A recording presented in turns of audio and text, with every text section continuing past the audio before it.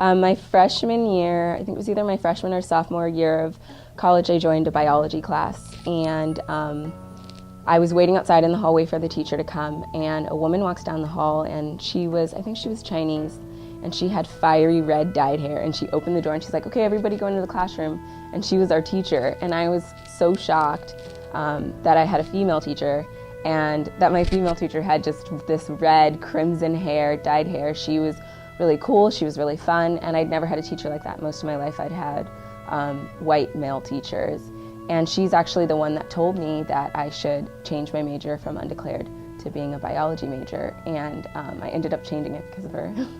Ever since I was a young girl, I was always interested in science and nature, and I was fortunate to have parents that fostered that interest in science. Where we live close in the city, we live close to Golden Gate Park, so they got memberships to the Academy of Science every year. So every year I would go to the Academy of Science, and I would love it. I would never get tired of it, and so it's ever since then I knew that I wanted to do science. I had many different majors, actually, and after each major, I was like, this doesn't feel quite right for me. And I couldn't quite figure out what I wanted to do with my life. Dr. Raymond Esquera, who's here at San Francisco State, and I worked with him for a couple of years as an undergraduate, and he was like, what you should do? You should apply for PhD programs. And I was like, PhD? Okay. And as I started taking more science classes, I'm like, it reminded me back of my childhood when I really liked science, and I finally decided this is the right fit, and then I declared my biochemistry major, and then after that I pretty much consider myself a scientist.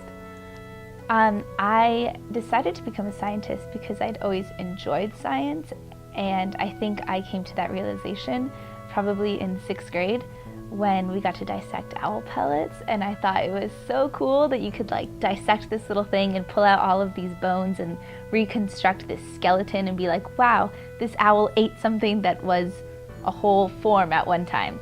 And so that's, I think, when I was like, science is super cool, I want to always do science. It wasn't until I got to college that I decided to study science. And why is because I enjoy the challenge of science more than my other classes, and that's why I kept going with it.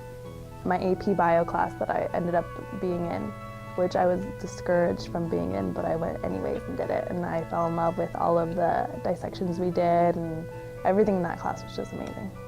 I decided to be a scientist when I was in college, and it was actually almost during my last year that I decided to be a scientist, but mainly it was because I knew that I loved it so much, and I just didn't know what to do with it. But in the end, I found research labs, and I started doing research with parasites, and it was from that moment that I knew that I wanted to be a scientist. I didn't want to be anything else, and ever since then I've been doing research, and I'm on my way to become a professional scientist.